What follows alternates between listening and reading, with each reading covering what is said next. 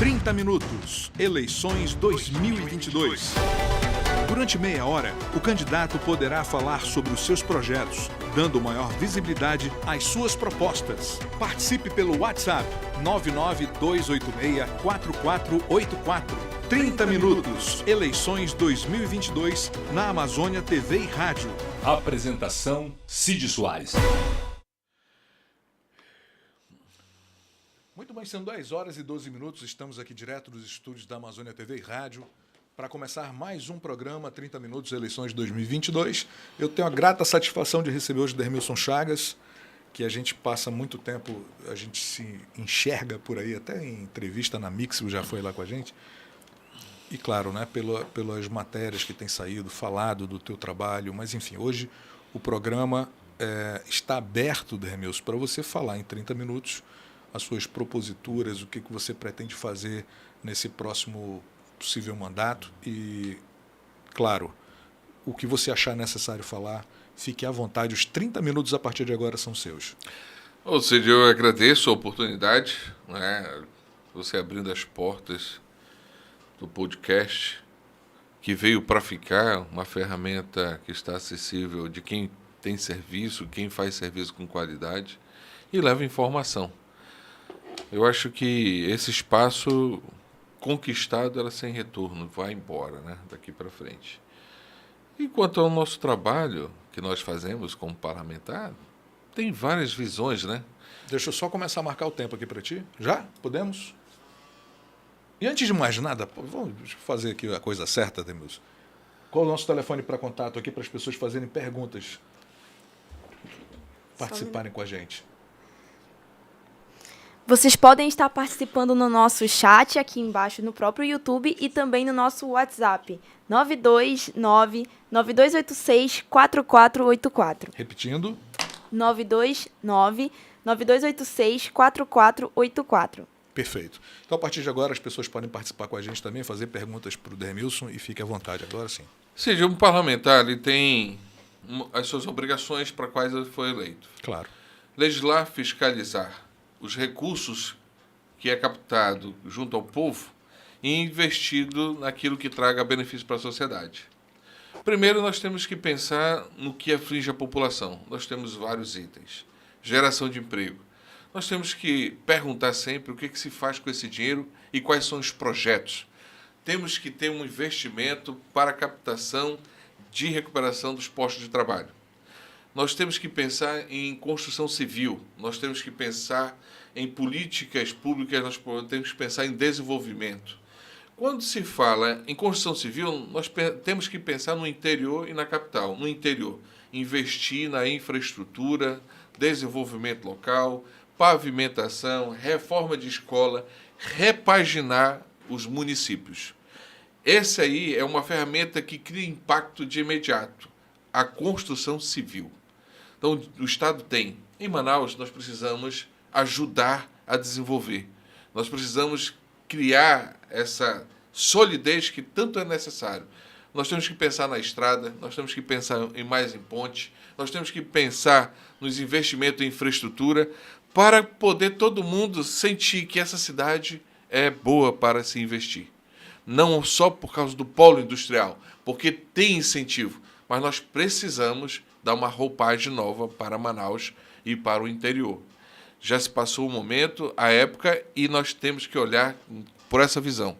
Sempre melhorar a vida do povo investindo melhor na infraestrutura. E como é que você acha que pode ser feito isso? Com dinheiro, arrecadação, investimentos, projetos, programas. Então, temos um caminho. Nós temos que chamar a universidade para mais perto do governo, aonde lá se desenvolve pesquisas e transformá-las, essa pesquisa aplicada, em uma pesquisa que traga desenvolvimento. Olha, com essa tua ideia, eu pactuo, porque eu acho que você traz junto o jovem para participar também desse cenário, né? Essa é a ferramenta. Na faculdade são cabeças pensantes, é o jovem. É o jovem que está ali, sabe, pensando como é que vai se formar, quando vai se formar, qual é a porta que vai abrir para ele e qual a oportunidade que ele vai encontrar depois que sair da universidade. Então, a universidade consegue trazer para a gente algo mais sólido. Não dá para viver só do sonho político, Não dá para viver simplesmente do programa eleitoral, mas não. A Zona Franca de Manaus não foi um sonho político, foi um programa, foi um projeto, foi uma visão de ocupação e para vir para cá eles deram incentivo devido à distância, devido à região, para povoar. Deu certo, beleza. Nós precisamos agora de algo mais concreto. Nós temos que estudar a biodiversidade, o potencial econômico, nós temos que ver o que nós podemos extrair desse mundo, universo de água que nós temos. A nossa floresta, nós temos que saber captar a riqueza que ela tem, transformar isso em princípio ativo. Nós temos que explorar cada vez mais essa riqueza mineral. Todo dia o distrito sofre uma nova ameaça e isso prejudica qualquer investidor que queira vir para cá. Claro. É por isso que nós, transformando essa cidade em algo melhor, a pessoa vem para cá porque se sente bem. Nós temos que, com isso, melhorar a segurança pública. A segurança pública é um dos itens fundamental para investimento. Não tem como você fazer turismo sem ter segurança pública. Não tem como você trazer grandes investimentos em empresas se você não oferecer segurança pública. Se você não der o direito de ir e vir, não der uma segurança para as pessoas. O que as pessoas querem? Segurança. Como é que você faz turismo, meu amigo?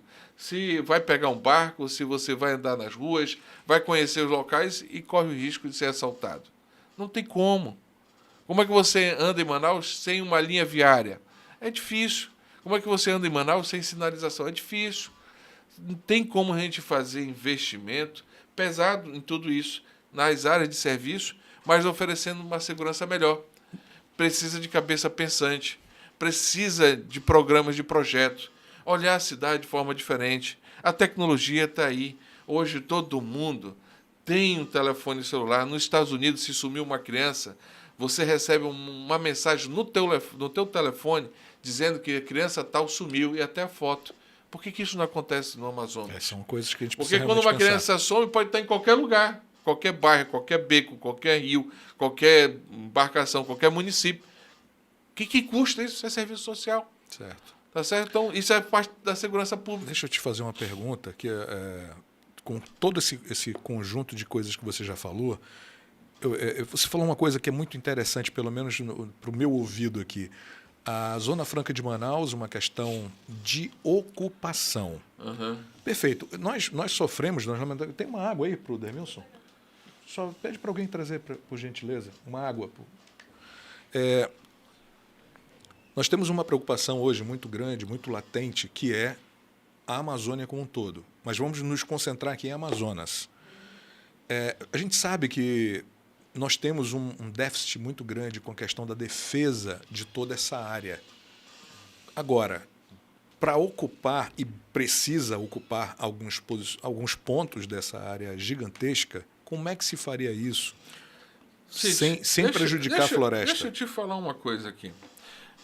Nós estamos falando de ocupação e defesa da Amazônia. Ninguém vai invadir isso aqui, não. Claro. Ponto. Eu acho, né? Não, pode ter certeza. Não tem clima para isso. O que nós temos que fazer é saber explorar o que temos. Com convívio social entre o meio ambiente e o homem. É a harmonização dos dois. Nós temos que saber fazer isso. E tem estudo para isso. Tem condições de fazer isso. Então não podemos achar a Amazônia vai ser ocupada, a Amazônia é isso.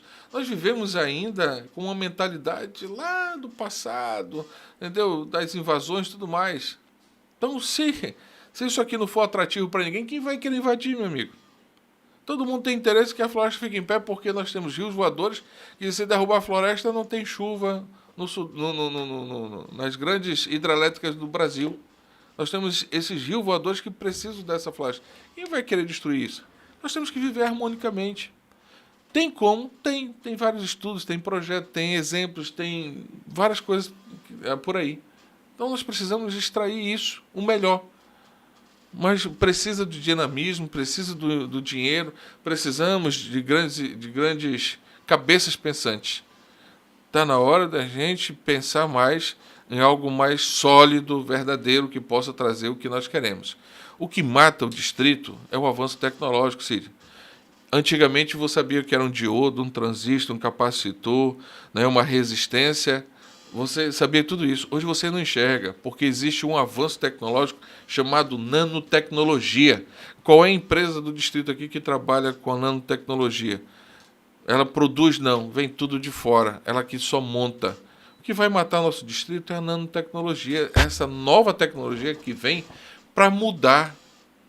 Esse pátio que se fala do chão do Chão de piso da fábrica, né? o piso da fábrica. Ali já precisava ter sido feito, isso já há muito tempo, a gente já discute isso há muito tempo.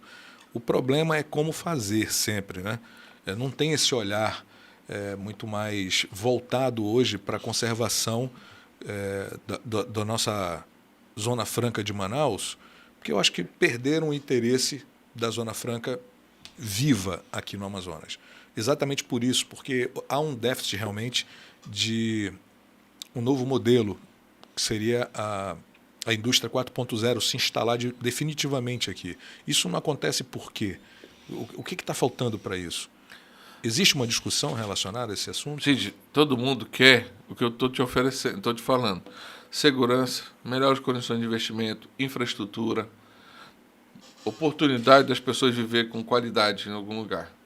Se a indústria sair daqui, dificilmente ela fica no Brasil. Ela vai para o Paraguai e Uruguai, onde oferece mais condições. Olha, no Vietnã, as empresas de eletroeletrônico lá são gigantescas.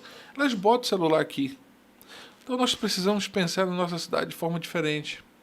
Nós temos que pensar profissionalmente. Nós temos que aproximar a universidade. Nós temos que pensar em novos nichos. Nós temos que pensar em novos mercados. Com a riqueza que tem aí. Como é que está hoje isso? Como é que você está enxergando isso hoje? Preocupante. Não tá tendo essa conversa? É mais política do que realmente solução para um problema. Olha, o ministro Guedes, eu assisti agora ele na XP, no encontro que teve em São Paulo, da XP. Ele dizendo que um dos impostos que tem que acabar no Brasil é o IPI. O problema dele é a Zona Franca. E ele vem reduzindo o IPI para algumas empresas, aqui alguns segmentos, porque vê que lá embaixo tem outras empresas que perdem com essa competição da Zona Franca. Não gera tanto emprego. Olha só, a Heineken que saiu daqui. Uhum. Quantos empregos ela tinha? 8. Eram poucos. 8. Quanto ela deixar de imposto? Aí eu te digo que é um bem significativo, porque é para produção. Mas lá embaixo os caras estão preocupados com emprego, amigo. Com os empregos e a arrecadação também. Então, se a gente não tiver uma percepção de mudança para um novo nicho, o que vai matar a gente aqui é essa visão de ir para um lugar onde oferece mais condições. A questão do investimento tecnológico, que é muito grande. Está aí, as próprias empresas. A própria Coca-Cola aqui, ela arrecada muito. Para o Estado, arrecada muito com a Coca-Cola. Mas veja quantos empregos ela realmente tem. É importante sim. A Bev é importante sim. Não deixa de ser. Mas olha a quantidade de empregos. Olha, hoje, quantos bancos de trabalho nós temos do distrito em relação a 20 anos atrás. Diminuíram bastante, vai diminuir mais, porque a tecnologia vem para ficar. O empresário quer saber de lucro. E quem é que está errando nessa história toda? É o Paulo Guedes com a questão do IPI ou somos nós que não estamos fazendo o dever de casa? Olha, tem duas leituras aí, né? Todo dia a gente perde uma nova oportunidade. Já estamos com quantos anos com a Zona Franca? Veja o que a Atalaia do Norte se desenvolveu. Veja o que Beruri se desenvolveu. Veja o que Iranduba está se desenvolvendo. Veja o que nós ficamos para trás porque faltou a percepção, né, de investimento, de novos mercados, de novas oportunidades. Eu acho que é um conjunto de erros. Entendeu? O Brasil está dando uma nova oportunidade para o Amazonas, mas até quando vão ficar nisso? Né? Eu sou a favor do modelo, sou amazonense, moro aqui, tenho meu filho, né? Quero o melhor para a minha terra. Mas se as pessoas não mudarem, fica difícil. Bom, você fala da questão da segurança, eu vou até virar aqui essa página da Zona Franca, a gente vai ter muito mais tempo até para discutir isso um pouco mais à frente, com um pouco mais instrumentalizados em questão de informação. Mas eu queria falar contigo a respeito de segurança, que é um assunto que grita hoje aqui em Manaus, principalmente em Manaus. Eu tenho alguns grupos que que eu faço parte na parte de comunicação, tanto jornalística quanto de polícia e tal, esses segmentos parece que conversam diariamente. Mas não é a gente não enxerga os mesmos números apresentados lá no IML. O número de mortes que a gente vê nessas páginas, nos grupos, É maior do que apresenta os dados, né? O que acontece? O que a gente tem que fazer para mudar esse cenário? Precisamos de pessoas que pensem em segurança pública e não façam politicagem. Hoje, exemplo do que nós temos aí, nós temos um secretário que ninguém sabe para que ele veio. É porque é militar, esquece isso. Não é por ser militar que ele é bom. Não vi nada de melhor na segurança pública. Nós temos um comandante-geral que está mais preocupado com live, com fardamento e quem vai fazer o fardo da polícia, do que realmente com a própria segurança pública. Qual é a segurança pública que queremos discutir? Eu vou te falar, tem duas seguranças públicas que falam.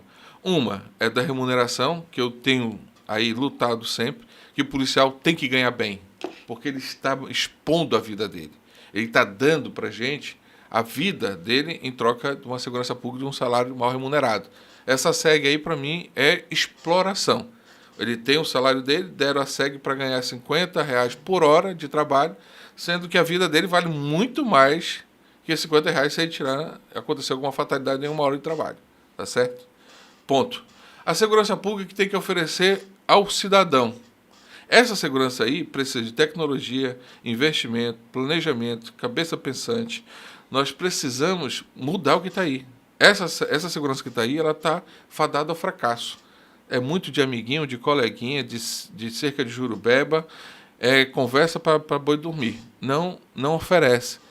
O policial, ele faz o seu melhor, mas sem as condições, com 20 litros de gasolina que eles são obrigados a ficar em frente de empresas, muitas vezes de empresa, porque está lá no boletim, olha, você tem que parar lá no posto tal, no fulano tal. Que lugar é esse? Por que parar nesse lugar? E por que só 20 litros de gasolina no sítio? O cara não consegue andar em Manaus, se ele pegar um trânsito, se ele for para alguma área, acabou a gasolina, pô. Os caras botam um negócio numa barraca ridícula, sem banheiro, o cara fazer xixi, insalubre. Nossa cidade é insalubre. Uma farda daquela escura, absorvendo calor, os caras cheios de fungos. Não tem como o cara trabalhar numa boa, porque o próprio comandante não deseja o bem para a polícia, para o cara. O cara entra pensando o que ele vai fazer, mas não pensa em fazer o melhor para o ser humano, não, e para a segurança pública. Os caras estão mais preocupados com a farda, quem vai fazer a farda, do que realmente com o bem-estar da polícia, do policial e da segurança pública para o povo. Então, não tem gente aí capacitada. Olha, uma conversa que a gente... Essa cúpula aí não. Agora, tem muitos policiais bons. Agora, deixa eu finalizar. Sim. Imagine, olha, vamos pegar uma Zona Leste. Quantos moram na Zona Leste? Quantas pessoas moram na Zona Leste? Vamos botar umas 150 mil pessoas aqui, por baixo? Por baixo, meio por baixo, né? Quanto é o efetivo da polícia? Vamos botar 8 mil, que não é verdade, não existe isso. Tem mais gente à disposição do que trabalhando. Tem mais gente em gabinete de deputado do que em polícia, no interior, que em Manaus. Vou te falar. Tem mais gente mostrando foto de bandido do que falando de segurança pública. Falar de segurança pública não é mostrar o bandido pegando o tiro. Falar de segurança pública é não deixar as coisas acontecer. É prevenir, é remediar, é solucionar aquilo que aconteceu. Então tem muita gente falando de segurança pública mostrando que o bandido tem que morrer. Esse é o pensamento pessoal. Mas não tem gente falando de segurança pública para o bem-estar do policial e para a população. Não tem. Eu vejo aí vários perfis de muitos colegas, gente que foi eleito com história de segurança pública, mas não fala da delegacia, das condições precárias que o cidadão trabalha. Meu amigo, se você chegar no seu trabalho e não tiver um vaso sanitário para fazer xixi, não tiver uma parede limpa, insalubre, inadequado, ninguém se motiva, rapaz. Ninguém se motiva. O cara tá indo por obrigação. Ele não está aí porque gosta da profissão dele, porque ele está indo porque é aquilo que ele tem. Entendeu? E na tora. Eu tenho que pactuar contigo porque eu fui repórter nos anos 90 e desde aquela época eu lembro que as delegacias de polícia realmente era um verdadeiro ninho em que os policiais tinham que estar ali, fazer café numa panela que parecia Cara, não dá nem para dar É um horrível. exemplo. Você Troço sabe, horrível. não mudou nada. Não mudou nada. Então, um cara, porque ele é coronel, é isso, tem que tratar o outro pisando no chão. O que entra é para lascar o que saiu. É porque é a turma, porque é o cara. O cara não pensa no cidadão. O cara não pensa em mudar a percepção dele como ser humano. Ele tem um status e acha que o cara está embaixo é escravo dele. Eu também não posso discordar disso, porque assim, a gente chegou num ponto que a gente vê agora aqui esses comandos, essas organizações criminosas disputando poder e para mostrar poder, eles já chegam a degolar o inimigo para mostrar para o cara que ele tem força, que ele não tem medo, que ele não está nem aí. Cadê a humanidade disso? Perdeu tudo. Não, perdeu. O mundo, quando se torna mais populoso, maior a barbárie. Né? Maior vai ser a forma de mostrar que eles têm força. Agora, eles cresceram por quê? Porque tem um espaço vazio. A segurança é um espaço vazio no Estado. A gente está falando realmente de ocupação, de ocupar espaços, e quando você não ocupa espaço, o crime vem e se instala. Se instala, está aí. Essa é a verdade. Não tem outra conversa. Entendeu? É perceptível como no Estado deixar as coisas acontecer propositadamente. Propositadamente. Por que você diz isso? Porque eu acho que tem muito interesse. A gente A não criminalidade está latente? É isso? o próprio secretário de inteligência, roubar dos próprios bandidos. É difícil. E muita gente envolvida que, sabe, não fizeram nada. Eu acho que falta Ministério Público, ação do Ministério Público. Sabe? A gente não vê. Quando eu falo a aqui gente em segurança... denuncia. Pode denunciar o cara com o dinheiro na cueca, não, arquivo. Quando eu falo aqui em segurança, Dermelson, eu busco, né, por uma ideia de que as pessoas não têm pensado muito a questão do sistema penitenciário. Para mim, eu estou falando particularmente que personalíssima ideia, é um sistema falido. Como é que se enxerga mudanças nesse segmento aí? Porque a gente não tem uma recuperação de presos hoje. Não existe isso. Esquece. É simplesmente um lugar para tentar isolar as pessoas. Mas de lá se parte comando para fazer várias coisas. E está aí a realidade. O que aconteceu em Manaus nos 3 últimos anos, partiu lá de dentro o comando. E tudo isso teve uma reação. Isso teve uma reação porque fizeram uma ação aqui. Aqui atrás tem uma ação. E que o mais interessante, não há investigação. Até a Polícia Federal não entra nesse processo porque ela mesmo se recolhe, não tem nem contingente aqui em Manaus, entendeu? Para poder fazer as investigações. Em Manaus era para ter uma estrutura maior da Polícia Federal para investigar todas essas situações. Tem solução, entendeu? Tem como resolver isso, tem. Mas precisa de seriedade, precisa de gente, precisa de gente capacitada e tudo mais. Então, nós temos que se preocupar com o futuro do Amazonas, né? Porque aqui ainda é um lugar que nós vivemos. Do jeito que vai, dificilmente vamos chegar em algum lugar. Bom, vamos falar um pouco de educação, que o sistema educacional no Brasil, estou falando de Brasil agora, né? Geral, para a gente poder chegar aqui. A gente analisa aí de forma bem fria isso. Faculdades que não estão formando bem os estudantes, porque a gente não tem uma educação de base. Qual é a proposta que você tem para isso? Cidi, deixa eu te falar. Hoje a escola é para a criança almoçar e merendar só. Ela não está... Esse novo modelo que está aí tem que ser repaginado. Você está assistindo que as crianças estão indo para a escola para matar fome. Como é que uma criança com fome estuda? A maior obra social é o emprego. Os pais dessas crianças precisam ter emprego para comprar o alimento, para satisfazer a vontade, muitas vezes, o desejo da família, do filho. Uma criança desnutrida, ela não pensa. Ela chega em sala de aula com sono. Apresentando como candidatos. Porém, a gente enxerga que Manaus não houve ainda um equilíbrio. Eu não falo só da questão da fome, como você está falando, mas um equilíbrio mesmo dessa relação dos professores com os alunos. Eu vejo escolas, por exemplo, apoiando o erro, que é a mesma coisa que a gente enxerga numa corrida de rua. Todo mundo ganha medalha. Eu não sei qual é a vantagem Qual o disso. significado disso, né? Qual é o significado Você real tira o disso? mérito, você tira a competência, você tira, né, o glamour do processo. É a pessoa que luta, que briga para chegar naquele propósito. Vamos lá. Hoje Não tem por exemplo, ensino, de fato. Hoje, por exemplo, olha o que aconteceu na Assembleia. As pessoas fizeram uma proposta que basta escrever um concurso para ser todo mundo chamado. É difícil isso, hein? Porque você não tem a meritocracia, na minha opinião, também personalíssima, não estou falando aqui por ninguém, né? Eu vejo que nesse contexto que a gente vive precisa estar muito mais latente.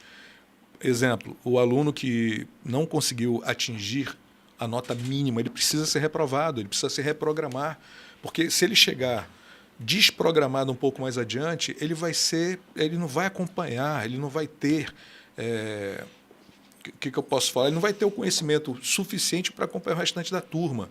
E muitas vezes isso cria uma animosidade na criança muito maior. Então a gente vê realmente a preparação de alunos, né, mal formados. Vamos lá, o que vai chegar no mercado de trabalho? É um péssimo profissional. Cid, Claro. Antes dessa criança chegar na escola, tem um problema social em casa. É o desemprego. A gente vai voltar para esse ponto várias vezes, não tem jeito. Então ele já chega na escola vendo simplesmente a comida. Não é atrativa a escola. O modelo que tem não é atrativo para ninguém.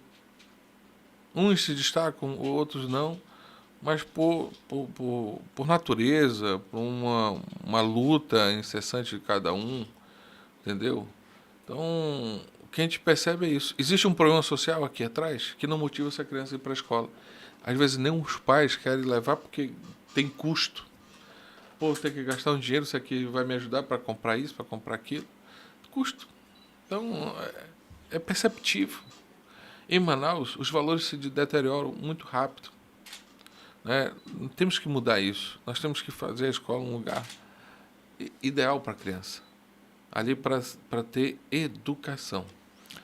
Bom, Chegou pergunta aqui é isso que eu já ia te perguntar. O que nós temos aí de perguntas? Chegou aqui no nosso WhatsApp. Só ligar teu microfone aqui, vai. Pode ir. Chegou aqui no nosso WhatsApp uma pergunta do Amarildo Albuquerque, do bairro Flores. Ele perguntou: deputado, o senhor falou sobre caminhar junto com as universidades. Eu pergunto, quais as emendas que o senhor destinou para os estudos científicos? Para a pesquisa de Pirarucu e da Piraquetinga. O que isso significa? Nós temos aí manejo do pirarucu em área de reserva. E nós temos uma superpopulação hoje de peixe. Então eu pedi para a universidade fazer um estudo para saber se pode fazer o abate 2 vezes por ano dessas espécies. Porque o pirarucu está na cadeia alimentar. Ele come outros peixes menores. E tem vários locais que eles diminuem a população pesqueira, tá? A repovoação. Então hoje há necessidade sim de fazer o abate 2 vezes por ano. Hoje só é feito uma. Outro foi da Piracatinga, que é uma atividade econômica para muitos pescadores, principalmente para quem vende peixe para Tabatinga. Né? Essa conversa é com o INPA, né? Não, isso direto na faculdade. Com a universidade. Então, a gente paga, a gente está financiando o estudo para a universidade para ver se a gente consegue melhorar a vida do pescador e sair da clandestinidade. Entendi. Então, para a universidade, o UEA, já dei emenda para comprar computadores, apesar de nunca ter me chamado para inaugurar lá, né? Mas nunca, né? Não me chamaram para entregar os computadores. E briguei para que o orçamento da universidade fosse completo. Como é que os governantes faziam, né, no passado? Se orçava a Universidade do Estado do Amazonas, vamos dizer que era 200 milhões, tá certo? A arrecadação dela, do distrito, por lei, ela chegava a 500 milhões, mas só repassava os 200, 300 milhões ficam na conta do governo do Estado. e ele vai para custeio. Isso está errado. A universidade ela tem um tripé: ensino, pesquisa e extensão. E a universidade que nasceu com a concepção de melhorar a vida do povo do interior só tem esqueleto lá. E está faltando esse dinheiro, está faltando a UEA lá no Iranduba também, está faltando em Fonte Boa, está faltando em vários municípios, é estrutura. Então precisamos colocar dinheiro na universidade para fomentar cada vez mais ensino, pesquisa e a extensão. Alguma pergunta? Somente essa mesmo. Só. Bom, Dermilson, a gente está chegando já ao final do teu tempo, não é nem do programa, é do teu tempo, mas eu queria que você aproveitasse bem esse tempo agora e desse uma passeada aí com o que já foi feito, né, até agora, e o que você pretende fazer de uma forma mais resumida. Sim, nós fizemos muito no setor primário para os pescadores artesanais. Nós conseguimos 22 milhões de reais junto com deputados federais e senadores. Falar aqui deputado Silas, e o senador Eduardo Braga também, que deram terminal pesqueiro e que deram emenda. Conseguimos internet para todas as entidades, conseguimos cestas básicas, nós conseguimos emenda parlamentar para melhorar o atendimento, nós conseguimos colocar um INSS digital para os pescadores, nós conseguimos 2 terminais pesqueiros, através do senador Eduardo Braga, um Manacapuru e Itacoatiara, para poder ter o embarque e desembarque e ali melhorar o atendimento para eles. Nós fizemos uma luta muito grande pela geração de emprego, para que houvesse investimento na saúde, na educação, durante todo esse tempo. E uma coisa é certa: o dinheiro do FTI para ir para o interior. Esse dinheiro é o Fundo de Interiorização e Desenvolvimento do Interior. Esse dinheiro era para gerar muito emprego e não está conseguindo chegar lá com essa finalidade. Foi uma parte de 15% só, que no ano passado, que acabou em dezembro, mas que precisamos investir. Esse dinheiro tem que ser... Se eu fosse um governador, eu dizia o seguinte: vou fazer um repasse para os municípios, o Fundo de Participação do Estado do Amazonas para os municípios. Esse dinheiro hoje dá mais de R$1 bilhão. Imagine R$1 bilhão carimbado para pavimentação, carimbado para investimento em obras, R$1 bilhão carimbado para que houvesse fomento de novas atividades agrícolas, investimento de pequenos agricultores. Nós imaginemos quanto isso ia mudar a vida das pessoas para poder trazer desenvolvimento. Se melhorar o local para você viver, você já começa a fazer alguma coisa. É bom você chegar na sua casa e ter sua cama arrumada, cheirosinha, o seu quarto limpo, seu banheiro limpo. Assim tem que ser no interior. Nós temos que ir para lá porque é um lugar bom para se viver. Só vai fazer isso com dinheiro, com investimento, pensando no próximo. A gente está falando de qualidade de vida aqui, né? Exatamente. Dermilson, muitíssimo obrigado pela tua presença aqui hoje. Eu sei que teu tempo realmente é muito difícil, né? Complicado. E agora vai ficar mais ainda. Mas a gente já marca aqui um segundo momento. Eu estou à disposição. É importante esse bate-papo. É importante a população conhecer seu eleitor. Nós temos uma procuração do povo para representá-lo na Assembleia. É importante agora cada um saber o que esse parlamentar falou lá por você. Falou do emprego, segurança, educação, brigou por ti. O que ele disse? É isso que a gente tem que refletir. Perfeito. Mais uma vez, muito obrigado. Queria agradecer também a nossa audiência aqui. Lembrar que você pode também mandar as suas mensagens aqui, que a gente repassa para o Dermilson, ele responde com o maior prazer, tenho certeza. E a gente está de volta amanhã, a partir das 10 aqui, na Amazônia TV e Rádio, com mais um programa, 30 Minutos, Eleições 2022. Valeu. Obrigado.